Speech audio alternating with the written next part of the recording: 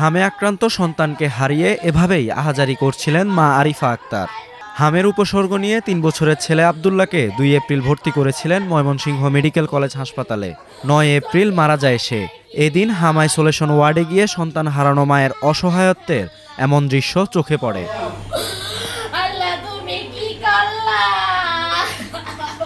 হাসপাতালের হাম আইসোলেশন ওয়ার্ডে হামের লক্ষণ নিয়ে ভর্তি রোগীর সংখ্যা বেড়েই চলেছে।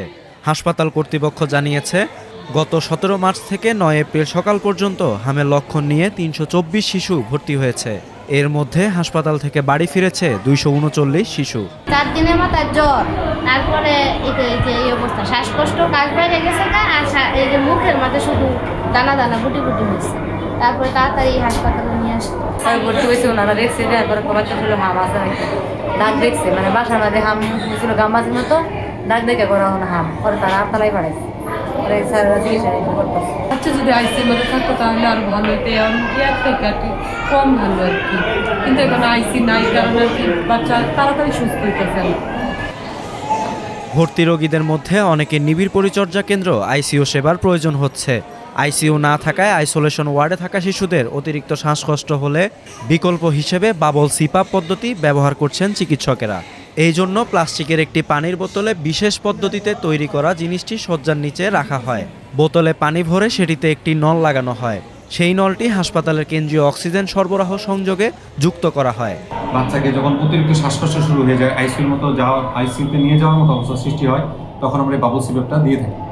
এটা আমাদের সরকার আইসিডির সহযোগিতায় এই জিনিসটা আমাদের মধ্যে ট্রেনিং দিয়েছেন, আমাদেরকে বাবল সিপাপ সরবরাহ করেছেন, এবং সেইভাবে আমরা তাদের পরামর্শ অনুসারে বাচ্চাদের যাদের অতিরিক্ত শ্বাসকষ্ট হচ্ছে, নর্মাল অক্সিজেনে তাদের স্যাচুরেশনের মাত্রা কমে যাচ্ছে, সেসব বাচ্চাকে আমরা সাধারণত বাবল সিপাপ দিয়ে থাকি। এবং আমরা দেখতে পারতেছি যে বাবল সিপাপ দেওয়ার পর বাচ্চাদের রেসপন্স খুবই ভালো।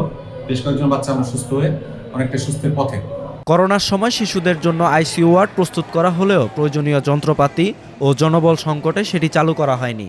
শিশুর আইসিইউ আমাদের এখানে যেটা আছে শুধু স্ট্রাকচার মানে বিল্ডিং আছে, কিন্তু ভিতরে যে ইনস্ট্রুমেন্টগুলি লাগবে, ভেন্টিলেটর, যে মেশিনটা লাগবে, যে যন্ত্রপাতিগুলি দরকার, সেটা এখন আমরা গভর্নমেন্ট থেকে সাপোর্ট পাইনি। করোনার যে পিক আওয়ারটা যখন ছিল তখনই এখানে ওই আমাদের অবকাঠামোটা তৈরি হয়।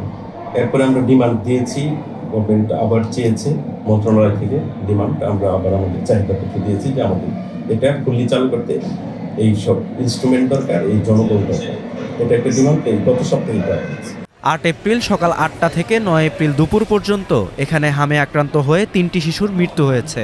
এ নিয়ে ১৭ মার্চ থেকে এখন পর্যন্ত হামে আক্রান্ত ও হামের উপসর্গ নিয়ে শিশুর মৃত্যুর সংখ্যা ১০ জনে দাঁড়িয়েছে।